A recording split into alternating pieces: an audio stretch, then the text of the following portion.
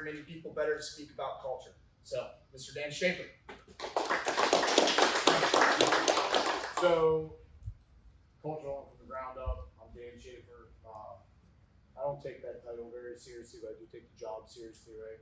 Head of sports performance. I think Nick is the reason I'm called that now, because I was just a strength and conditioning coach, but when he was selling the facility to the administrative board, he was like, if we call it a sports performance center, people are gonna want to say, all right, whatever. I am now the head of sports performance, which sounds way cooler than I really am. If you look at these certifications I have, they don't really mean anything. I'm very different than, well, I think I represent a large portion of strength coaches that maybe people don't think about. I'm not a professional strength coach. It's not my job. I have a real job that I do separately, and this is in addition to. So I run this whole program from my real job. So I think that sets me apart a little bit. My perspective on life is a little different, and I think that that's reflected in the culture we've developed. That's not the only way to develop a culture. Right? Your culture can be whatever fits your facility. Because I can guarantee you what we do, right, like our facility is very different than what Shelby experiences every day. Our demographic, very different. You got it first slide. So what is culture? We talk about a lot, right, in sports and in strength conditioning especially, but like who can really define it? What is it? Well, it's different, right? Because it's different depending on a lot of things, right? You know, when you see it, right, you walk into a good program, whether it's sport, strength conditioning, whatever, you know a good culture when you see it, and they might look very different, and you also know a bad one, right? When I walked into Westerville Central in July, it was actually just a non-existent culture that had plenty of shades of bad. It was, I got home from the first lift, and my wife knows that this is one of my life's greatest passions, and I came home from the first lift. We moved from 3 hours away to be here, and she was like, "Are you okay, dude?" I was like, I don't know what I got myself into. It is bad. There was 15 guys in there with like headphones in. It was like LA Fitness. It was not good, right?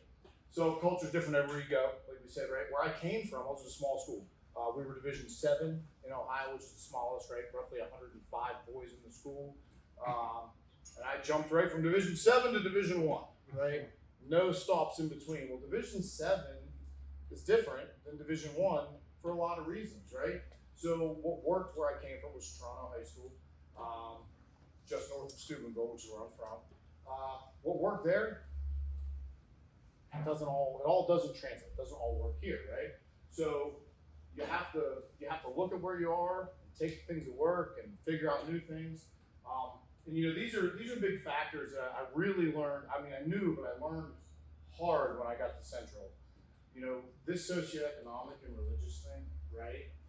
At Toronto, everybody's middle or lower middle class, blue collar. Race doesn't matter. Everybody's probably a Christian, right? So you're pretty much working with the same kids within reason, right? Even the kids with money didn't really have money. You know, it was a very Eastern Ohio, river town mentality. Toughness was just part of life there, so that's just who we were. So everything in that culture was somewhat different. It was, first of all, it's getting guys in there, getting guys to just enjoy the process. But the toughness and the competition, you know, small towns are just different. Up here now, we have kids at Central, and Coach McSwords, our wrestling coach, has a great, this is his analogy. We have kids who have radios, and we have kids whose families have radio stations. We have a huge socioeconomic disparity. We also have a lot of Muslim athletes that I've never dealt with before until this year, right? So there's a lot to learn there, and that all factors into your culture, right? Like, and I always say, if you hold every athlete to the same standard, you're kind of copping out in a way, right?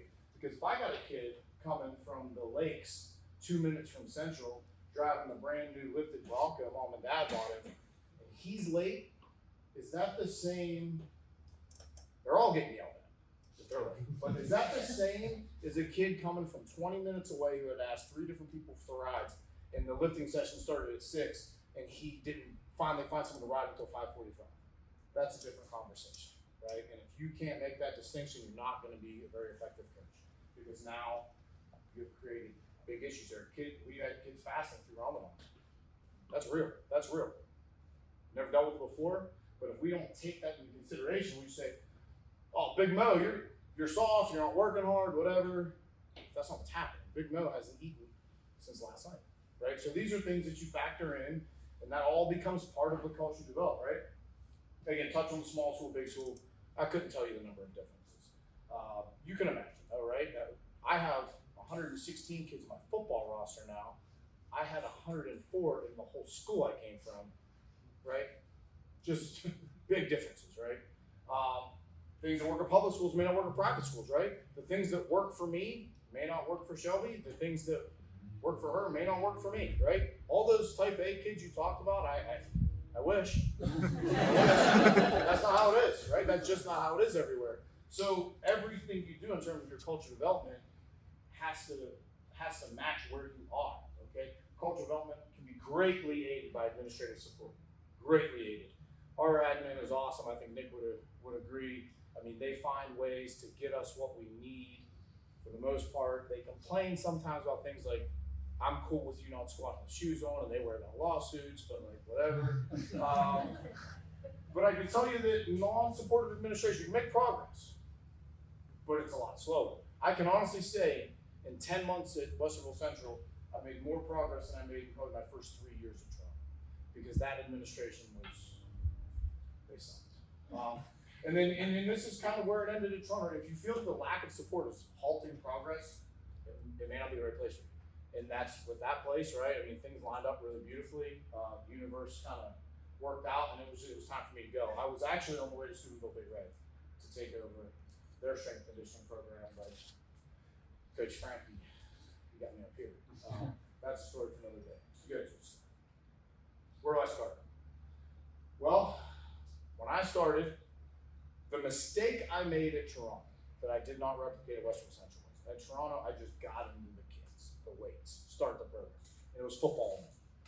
Here, I was like, well, this is a much bigger community. There's just more here. You know, the school is bigger than half the town I came from. So get to know your coaches. And not just, so like I came as a football guy. I mean, I'm sure that's not hard to tell, I'm a football guy. But I got to know coaches from every sport I could.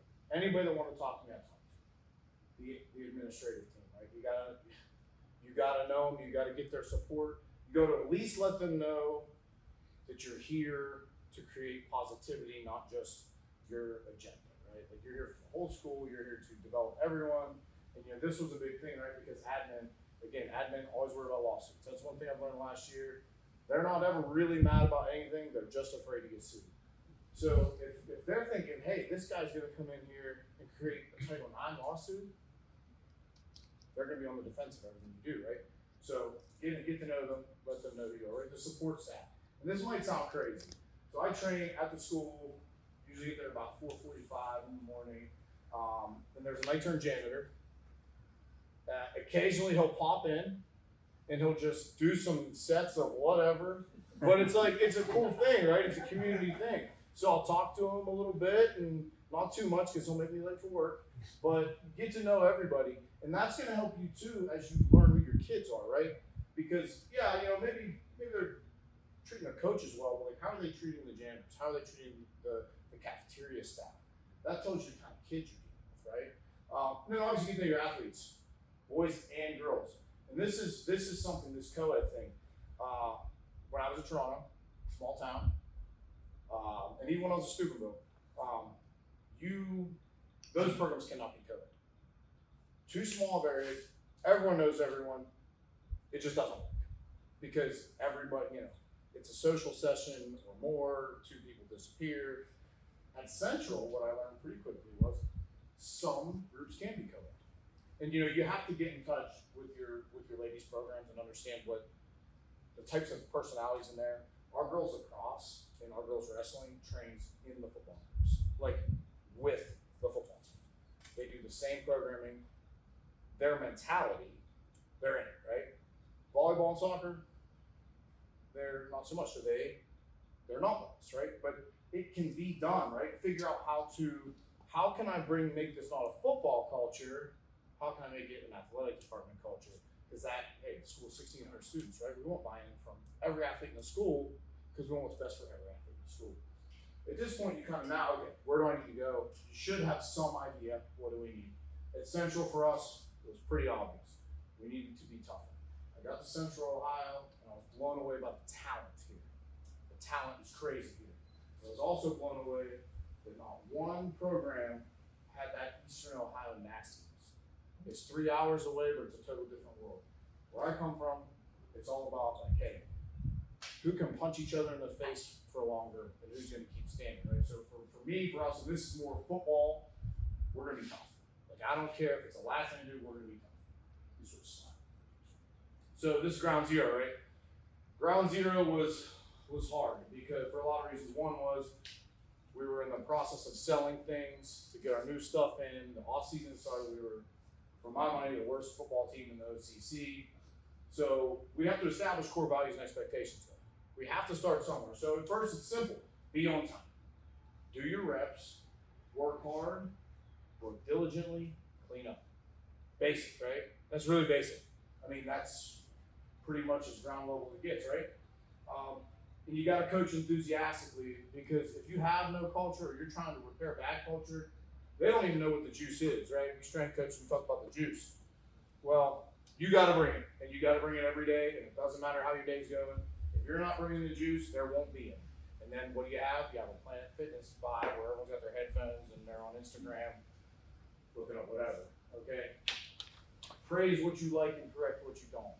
So, and this is movements and behaviors. So we've all been in the weight room.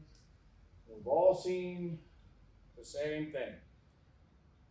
Jimmy loads too much weight on the squat, and he doesn't even half rep it, and everyone's woo. But then over here, Joe got 275, but he's giving you nice, beautiful quality reps. What I've learned over the years, if I yell at this dude for not squatting well, it's not as effective if I ignore that and say, hey dude, that was a hell of a squat, beautiful movement, that's where we want to be. Because they want to be praised, right?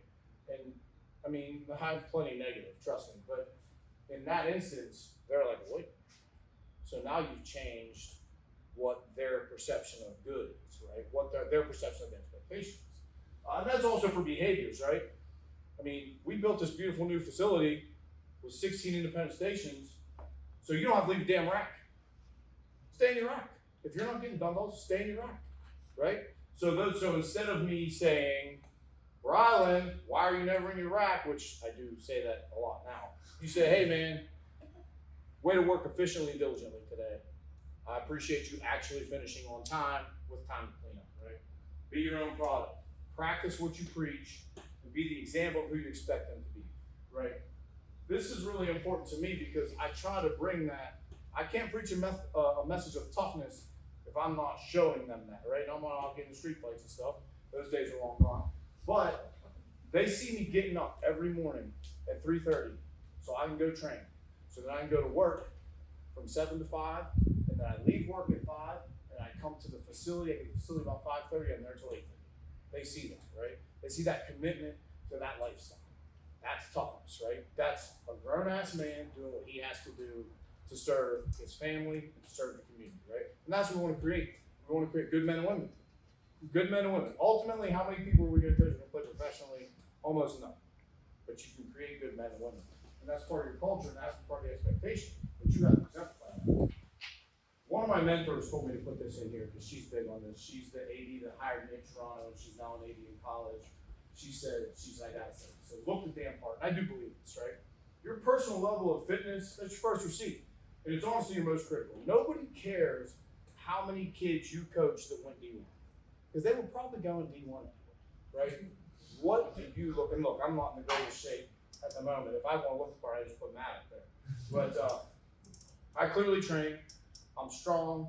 I'm still living the lifestyle at 40 plus years old with plenty of injuries and issues that we work around, right? And they see that, right? I'm not just, when I was in high school, our strength coach was the defensive coordinator who was overweight and just yelled a lot and taught us nothing, right? Nobody respects that. Kids don't respect that. They see it, right? So it's really, that's important. And that's what was important for me. And on this next slide, make it a family affair, right? Involve your family where you can. If make that special environment. So my wife is the student services, I say secretary, they don't call it that anymore. So she's there, she sees all these kids every day, she knows them as well as I do. My daughter is 10, she's a competition cheerleader at Cheer Athletics in Gahanna, and she trains in the facility. And then kind of where that grew, which I think I actually talked about on another slide, you know, you created this place, now people want to be here, right? This dude right here sent me like a direct message on Instagram or Facebook and was asked if I needed help. And I was like, kind of a micromanager sometimes. I said, you know what? Any help's better than no help. So all of a sudden, good people start showing up once you start to develop something, and they just want to be part of the class. Next. So here are these early steps. These are probably the most critical, and I say probably because I really don't. I mean, this is just what I've seen. This is just my experience, right? You got to show results, and they have to be tangible and intangible. We chose the Husker circuit, which I know a lot of you people with advanced degrees probably are like, what the hell is he doing a metabolic circuit for? That's not optimal. Don't care. It's simple, and it's really goddamn hard. All right, does anybody know what the Husker circuit is? Right, now this is old school shit, right? This is 1980s, Nebraska, let's go, right? And it's a gut check. So it fit who I wanted us to be. At the time it fit, and I knew one thing. The guys that survive will get bigger and they will get stronger because they are high school boys. That's it. And we had girls do it too. We had the girls wrestling team showed up and they did it, and it became an incredible. The first couple weeks, a lot of vomit, a lot of getting behind your schedule with the timer, but kind of I eventually said, listen, there's certain things that we do, like our mat drills, where you can't beat that. You can't beat a mat drill. I decide when it starts, I decide when it stops. You just work until I tell you to stop. But this is a workout. You can beat that workout. Because I let them, within reason, pick their own weights. It wasn't percentage based. You can beat that workout. You have to attack it. You have to become mentally tougher than the pain that's associated with it, right? You can beat that. So about week 3-4, it's a 6-week program. Week 3-4, a large group of them just kind of took that and attacked it. And man, it was a beautiful thing after that. In the first few weeks, it was rough, which I knew was going to happen. But I'll say at that point, they bought in, right? Because after the Husker circuit, then we benchmarked, right? We did our first true testing week. All of a sudden, they were stronger, they were oddly faster, the track kids were. It's almost like strength and speed are tied together. And they were bigger, right? High school boys like getting bigger, they like flexing them arms. It was basically they walk around with a pump all the time. But, so now you got that buy-in. And now, the next step is, now the things you create in these movement patterns and behaviors, now you double down on them. And then you triple down. Because here's the deal. The same things that were important before are still important now. Be on time, work hard, work diligently, clean up. That's it. And now maybe we want your whole rack. You're responsible for the whole rack. Your partners should be working hard, right? So now we expand their world of responsibility. Okay? And that's this rising expectations, right? Show up early. Now I want you there 5 minutes early. Push your whole group to work hard. Make sure your whole group works diligently, and then clean up beyond your area. There's a stray dumbbell, pick it up, put it away. So now we're expanding. The standards and expectations are always rising until we're where we want to be. Here's my confession. Until my facility looks like West Point, I'm not happy. I'm never going to look like West Point because I don't have 100 guys that are candidates for West Point, right? That's a certain type of person. You're probably going to see more people that go to West Point than I ever will, right? But that's in my mind what I want it to look like. This is really important, right? And this was a big thing I had to learn while in the fire at a school that was 7 times the size where I came from. Identify your leaders, identify your followers, and most importantly, identify your problems. Empower your leaders. The followers will do what followers do. They're going to follow them. And this leaves you with a minimum number of problems to deal with and rehabilitate or make quit, one or the other, right? So, and then really what we've seen is a lot of the problems start to venture toward the leaders, but you have to identify and empower them. You have to do it early. Otherwise, high schoolers are going to high school, right? This kind of goes back to that last time about go staff, network of coaches that unify your standard. Essentially, we call it standard wings out. So we bought the dumbbells, like the top row there, and they're beautiful, and I love them. But unfortunately for me, our logo is the Oregon, like the tribal wings with the interlocking WC. And if those wings aren't pointing up, I lose my mind. When I walk in, if I don't see our plates where these say straight arm strength, ours say Warhawk strength, if I can't walk in and read every plate straight up and then pull the ones behind it, it's not right, right? If everything's not right, I don't handle it. But here's the thing with that. You need other people to help enforce that standard because I'm only there 2.5, 3 hours a night, right? So I need the basketball guys to take care of it. You know, when he's with the volleyball girls and the soccer girls, they do it, right? So it needs to be a unified standard because my standard is not upheld by everybody. It's not a standard. And then you're always fighting an uphill battle, infighting. And it's like, you know, the worst thing can happen is, you know, let's just say a lacrosse coach saying, what's it matter the way the dumbbells are? I don't care how you read it, right? Now, I'll fight that guy.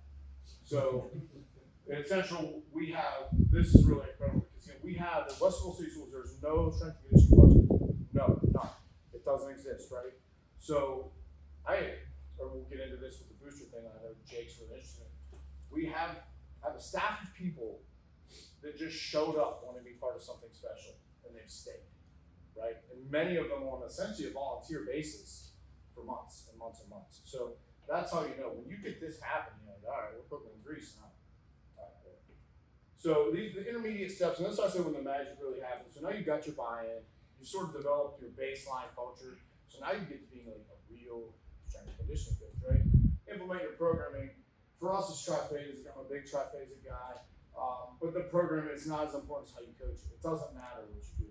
I mean, it could be 5-3-1, starting strength. It doesn't matter. If you know it and you coach it enthusiastically, it's going to work. It's going to matter to them, and they're going to care, right? But this is just, your programming doesn't matter. At the high school, it doesn't matter. As long as you coach it enthusiastically, you coach it well, right? And that's the thing, right? I think that's a big, kind of really what you talk about, right? They're high school kids. They're going to get stronger, but you have to believe in it. And you have to really double down on that belief in the program, right? And then we continue our incremental standard elevation. Now we want you to be, which I didn't put here, I want you to be at the facility with your sheet, weighed in, at the weight room door, all those things, 5 minutes early. Because if I get the first session done, I won't get the second session started. That's sooner than done. Now just don't make sure your whole session works harder. Or your whole rack, not the whole session. Uphold all 60 guys in there, or guys and gals. Don't just worry about your rack, worry about the whole team. Make the whole facility, make sure that the facility clean, properly put away. That's was sort of dealt with pretty quickly because I won't let you leave until it's the way I want it to be. And I don't care if your mom's waiting to pick you up. But what happens is if you've done the first step right, this just happens. At this point now, our dumbbells are, I mean, every night, there'll be dumbbells all over and they're just, we have pictures on them, which this was a suggestion from Coach Sister, one of our guys who he was at Ohio State, and the Ohio State football program, they just have pictures, cheat sheet. So that just takes care of itself. And then we continue to raise the standards, right? So now we've sort of introduced at this point extreme accountability, the idea of extreme accountability by Jocko Willink, which I'm a big Jocko Willink guy, huge fan. And is anybody familiar with that, read the book? So Jocko Willink, I was actually fortunate enough, I was working on a job and I was in supervision and we got to go to the speaker, it was Jocko's guys, because he has a staff of former SEALs. Well, he actually was there and he spoke about the book and it was pretty incredible. The idea of extreme accountability is this. In a situation where maybe you didn't do anything to create the problem, can you own that problem and still fix it? Or can you maybe look at maybe something you did at a prior instance to where if I had done this differently, this problem wouldn't have happened, right? So the example I use with football guys is if we're running power and the left guard pulls the wrong way or doesn't pull or whatever, are we saying, what the fuck are you doing? Or are we saying, is the center saying, I'm a senior, I should have made sure he knew his assignment on that play, right? And once you get that mindset, now the whole culture of the whole school changes, right? Because now everybody starts owning and addressing problems that maybe weren't theirs. And this is starting, we have to really hammer on that. That's a hard thing for high schoolers, but if you continue to put it in their minds will change. Okay. So these are what I think are the advanced steps. We're kind of just now getting here. Continued standard additions while upholding the basics, right? Vehemently, right? Like the same chewing out you got being late in November when we were kind of that ground zero phase, you're gonna get now, maybe worse. But now we kind of got the basics down. The program almost feels like it's on cruise control some nights, and I'm uncomfortable in cruise control. I feel like I'm not doing enough. So what we're heading toward now is when the school year starts, our varsity football guys are gonna lift at 5:15 a.m. on Mondays and Thursdays. JVs are gonna lift after practice. The idea there is a Jocko thing, up before the enemy, right? You're up before your enemy, you're working before your enemy's looking. But the dumbbell wings still have to be facing up, even after that 5:15 session. I don't care if you're tired. I don't care if you want to go get a shower. I don't care, right? So those basic standards, right, they still are upheld while we're challenging you to do more. Because if we're not building on the things, if the things we started with haven't set in, everything you build off that is weak. Get your feeder programs involved. This is a complete nightmare in Westerville because of all the ridiculous, there's nobody else in Westerville, right? Don't be telling me. The district rules are ludicrous. There are 5 middle schools and 3 high schools. So any contact we have with junior high schoolers is technically a recruiting violation because of the open enrollment rules. We went in and had a junior high club anyway, where we introduced 6th graders to the program. They got acclimated to the bait. They got acclimated to Matt Wilson, who is a lunatic. But they got introduced to like the tenets of the program at a young age, the movement patterns, the wings up, and it's crazy because like they kept coming back. Like this dude's screaming like a 6th grader trying to hold a 45-pound dumbbell over his head and walk, and it's like he comes back. So it's incredible how once you build it, right, it's rolling, and it's almost hard to stop. Admin can stop it. That's pretty much it. So this is going to be. We're gonna at Central. I hope none of you deal with that stupidity we have to. At Central, we might have to. We have a lot of calls from the district on that, so we might have to finagle. We're gonna still do it. And then here's the. If you build it, they'll come. Westerville, we have 5 middle schools. Westerville Central has 45 incoming football freshmen. 45. Neither of the other schools have 30. Because people see what we are doing. They want to be part of that.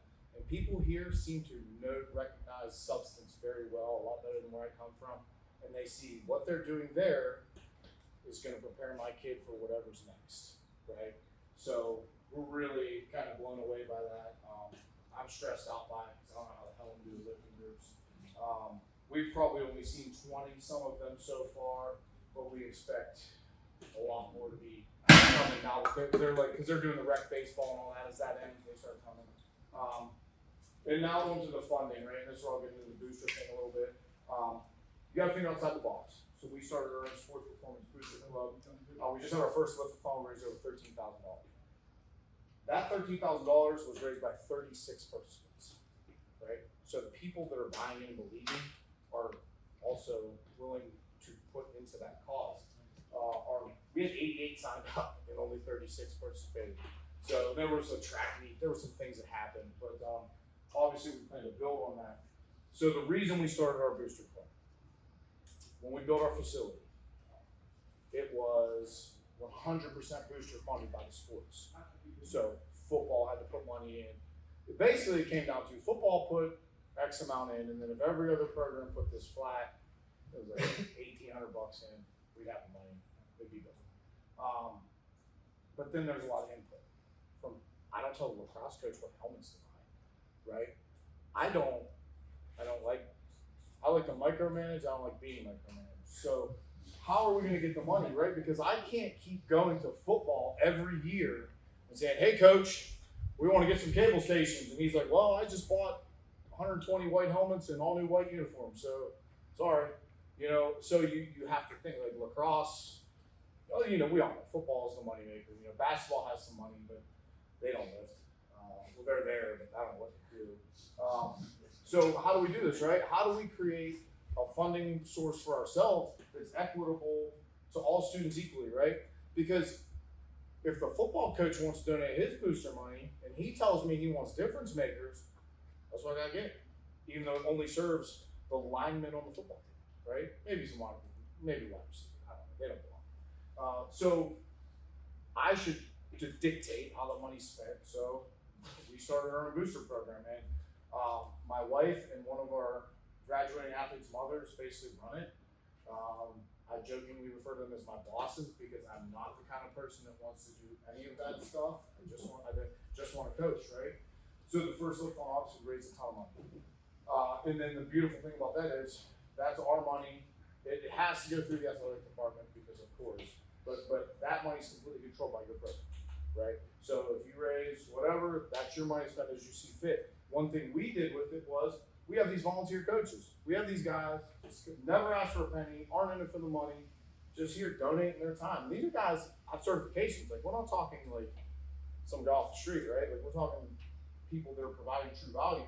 So that allows us the ability to throw them some money too, right? None of us do this for the money, and it's obviously not about it, but it allows us to at least compensate them. Hey, thank you very much. We see what you're doing. We appreciate what you're doing. And the reality is I couldn't do what I do if it wasn't for all of those people. So that allows us that opportunity because try going to a volleyball coach. Well, volleyball's not a good example because they are paying somebody.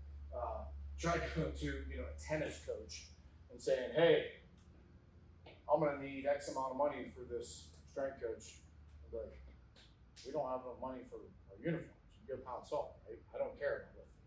So it allows us the opportunity to equitably spend the money for all the athletes. So the reason our purchase with some of that money was we got 2 cable stations and we're getting 2 belt squat lat pull down setups. And the purpose is we greatly lack the ability to vertically pull, especially for female athletes and large male athletes. If you can't jump up and pump out some pull-ups, our vertical pull is limited. So we're addressing that with the money. That's probably not how it would have been spent if it was coming from football or basketball. You see what I'm saying? And then the people that true benefits, I think, are because the football coaches don't care if the linemen do pull-ups because they don't understand that matters. So try explaining to a girls whatever coach, no, our girls really need to be able to vertically pull and I need a couple $1,000. Okay. All right, well, they need new uniforms too, so that's what we're gonna buy. So that gives us that freedom, and it's really simple the way it works. I mean, each school district has different rules on booster program development, but really it was just the same as starting a football booster or whatever.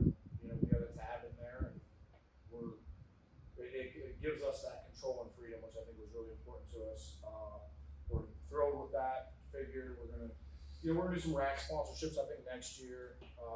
Jake showed me the tab, basic stuff, and then maybe one lift-a-thon a year, and that should give us the money to compensate our volunteers a little bit, and then also continue to slowly add to the facility. I mean, because there was a picture of it up in that first slide, and it's pretty darn nice as it is. But now it's prehab, rehab, serving the weaker.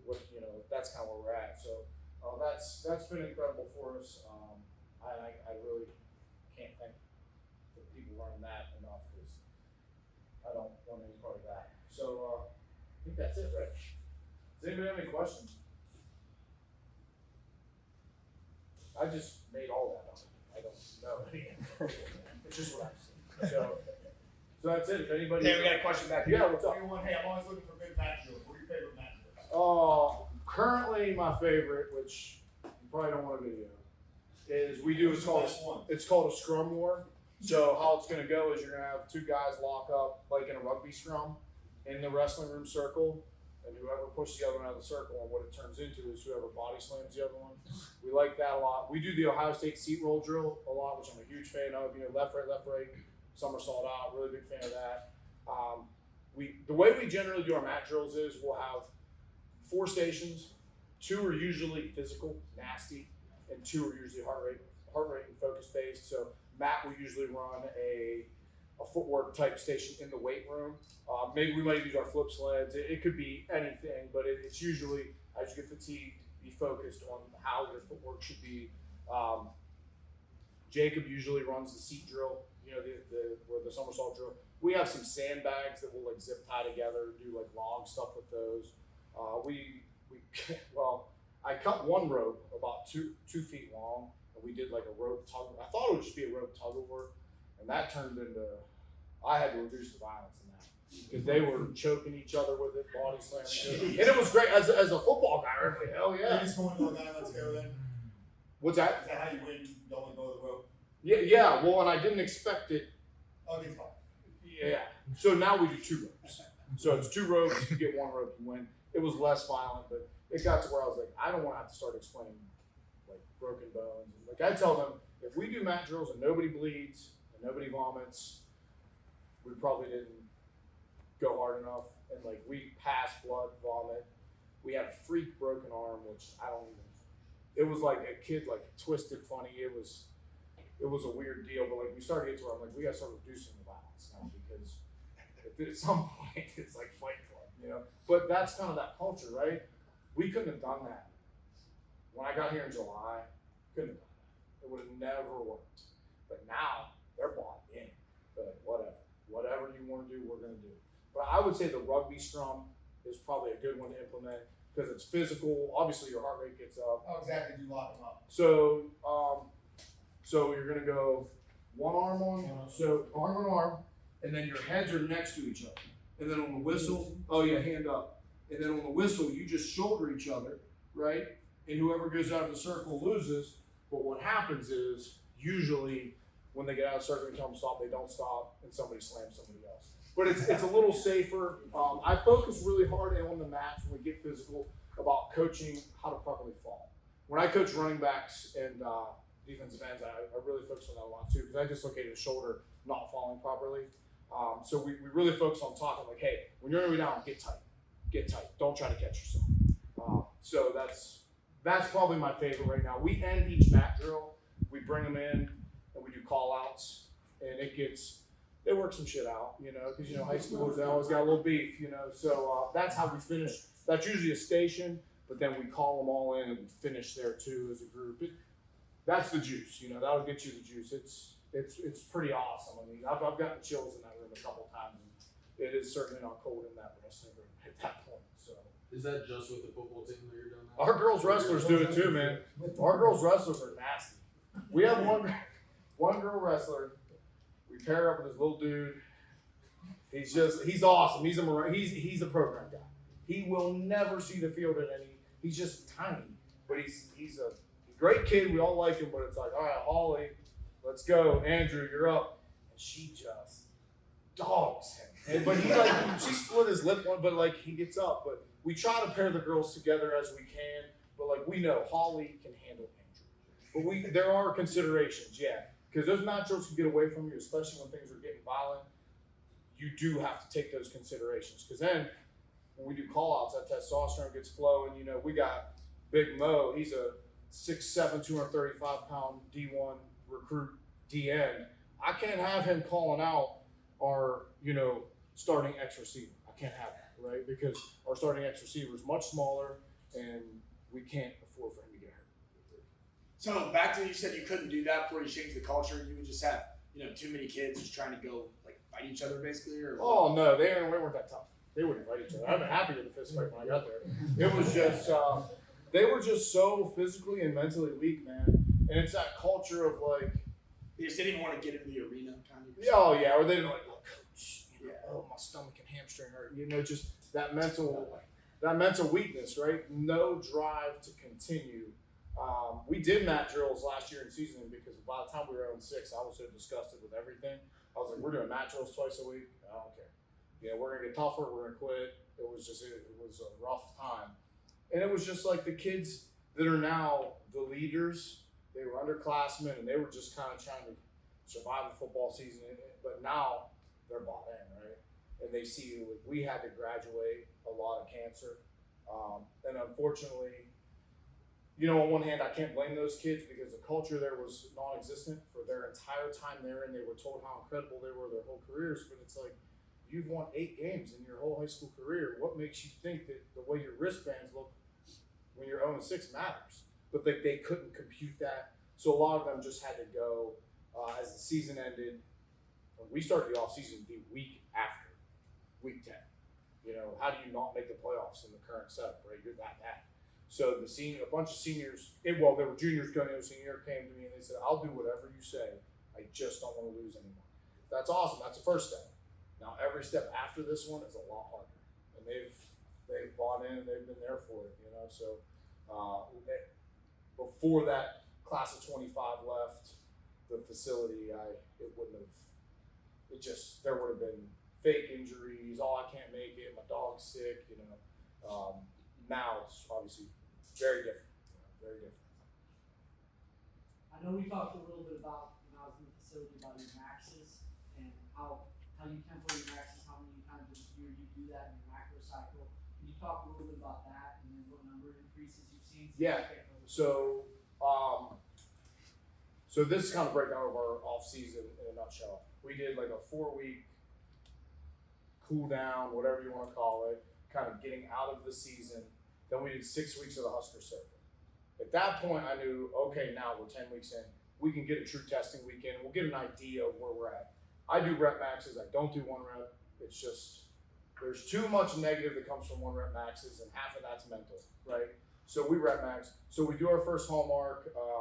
And I think our squat leaderboard was 480 at that time, 485, 475, 455, 430, and maybe like 425. Okay. So then we start our first triphasic block. And now the triphasic I do is not the collegiate. We do overcoming ISOs and we do those things, but we don't do the French contrast or any of the things you see sometimes associated with triphasic. Ours is basic. I call it high school triphasic, right?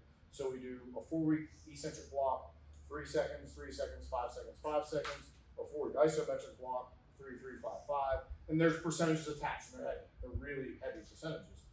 So then we go into that actualization super compensation block, which is just 4 weeks of lifting. Now our liftathon happened to fall after the 2nd week of that block. Our squat leaderboard now, 545, 540, 515. I think 505 maybe, and then like our 5th place guy is at 45, right? These are rep maxes. These are E1 RMs, right? I'm not saying you can load that weight up and they can, but the way strength works, right? We're not a lifting team. This is just your actual strength for what science says it is. And we saw 300 plus pound increases in 9 weeks. Now that contributed to a lot of things. Triphasic essentially functions on the principles of physics. If you can't absorb it or you can't hold it, you can't lift it, right? So now we've trained absorption, we've trained isolating it, so then the moving part's the easy part. And it works. I mean, we looked around at LiftFon, I was like, dude, people are gonna start saying we're giving these kids shit. Because but it's not, like the program mattered, but they bought into it, man. Like I'm asking a 16-year-old kid to hold 80% of his max on his back for 5 seconds in the hole. Actually, I think it was 85%. And he's like, all right. That couldn't have happened last year. Because you had to do all those steps leading up to that, right? They had to survive the Husker circuit for that would be possible. They had to buy into the little things for that to be possible. So, and I believe that we could have got similar gains on other programs. I'm certainly not trying to try the triphasic books to anyone, but that's what we've seen some. I mean, our first hallmark. I'm not proud of our bench presses. I think we had 3 225 plus, maybe 4 225 plus bench presses. Now I think our top 6 are on the board. You have like your all-time and the 5 current. I think if you're under 265, 270, you probably won't be on the board now. So that's going up. We got several mid 400 pound RDLs now, and those we talk about movement patterns, right? Everybody's are different. We're big on heavy back squats, heavy RDLs, we bench press, but I bench press because they like it. I mean, bench press matters, but they like it, right? Nothing brings the juice to a high school weight room like bench press. As much as I hate it, it is what it is. So we do, and then we hang clean, right? Because I'm not, like you're saying, I'm not the guy to teach you the technicalities of a clean or a snatch, but a hang clean is pretty simple. And we have some pretty good upperclassmen that can, if you have a couple guys that can really show, here's how you hang clean, it takes care of itself. They watch and they learn. We'll have our hang clean. I don't think you'll be on our board if you're under 250. So we've seen some. We're getting like strong enough now to where I have to say we're strong enough, and then maybe we can actually get on the field and sprint a little bit, because if we sprinted and really focused on max velocity this off season, it would have been okay. Well, now we're faster, but we're still getting beaten the ground. So you kind of had to deal with that baseline first. So that's kind of what we've seen. And I attribute 95% of that to the buy-in. They're just going to do what we tell them to do because they trust that we have their best interest in mind for the most part.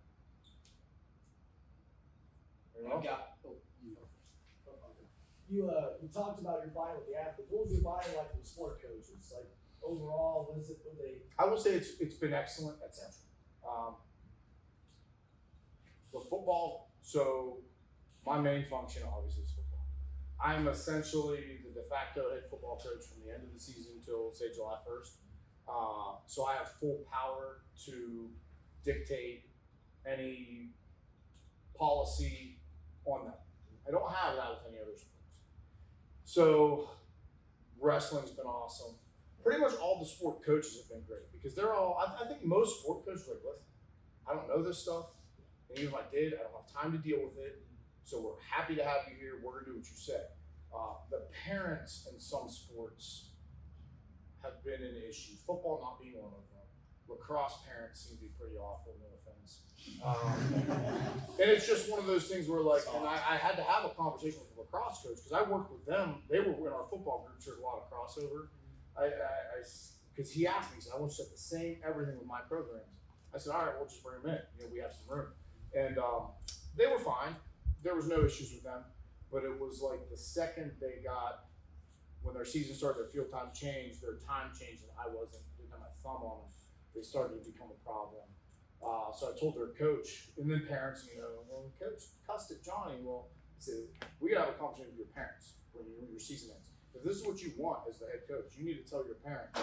Culture change involves sometimes hard words, sometimes bad words, sometimes maybe not making you feel pretty. That's how it is. And he's all in. If his parents are all in, we're going to get their contract again for this off season, and they're going to get mad. He can deal with it because he's the king of mean words.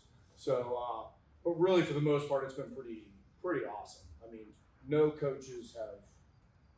There's been no pushback from the coaches' side at all. Really, I mean, the only crap we got at any point was like the shoes thing, and that's like a district liability issue. And it's like, so now I'm like, all right, put your shoes back on after you stole it. So, but really, it's been pretty awesome. Awesome, thank you. I have one last question. It's a two-parter. One, the sports performance booster club that you came up with. Did you get that idea from anybody? And then the second part of the question is, what was the most pushback from you got in the administration? Or what was your biggest obstacle to get that off the ground? So the booster club, I'll be completely honest, I don't remember exactly how it initially came up. We had kicked around the idea of just the way things work here, we almost need, and then I got in a pretty good argument with Coach Frankie about a financial issue, and he basically was like, you're just gonna have to start your own booster club and do your own. I was like, all right, so that was kind of we had preliminary conversations on just the structure of spending, and it was pretty obvious the athletic department isn't gonna just fund this, even though, in my opinion, it should. So we need to take this into our own hands instead of having constant pissing matches every time. Because like Nick said, when he first came and sat there, they said, hey, we're buying the car, but we still have to have money for the oil changes, right? Well, nobody wants to pay for the oil changes, so we'll just take care of that ourselves. So it was kind of just I mean, in all honesty, I don't think it was my idea. I think it was either Mika Schneider, who's running it now, or Coach Frankie, or It's kind of organically. yeah, it just came up, and it was just one of those things where I would rather do the extra work than have to beg, borrow, and steal to get a replacement dumbbell or something. So that's kind of. And did you have much pushback from your administration on that, or? No, it was just a matter of the way the booster structure works at Central or at Westerville is each school has a master booster club with their officers, and then everything else just a branch off of it. It was just a matter of adding the branch to the tree. So they basically created a tab and a spreadsheet and put us in there, and then we had to get our own like that. You have to get your own bank account through that, but it was pretty smooth on that. I mean, there was no. I mean, I feel like administration supported it, but I know this. If they didn't, I'd have heard about it. So I didn't hear anything. So nobody's asked me to give that money to anyone else. So yeah, I'd say it was pretty smooth. It's a simple thing to do if that's your structure, right? It's just adding a tab and a spreadsheet. Now I know some places have private booster clubs. That might be a little trickier, but because then you have to get your separate W-9. Like we all function on one W-9.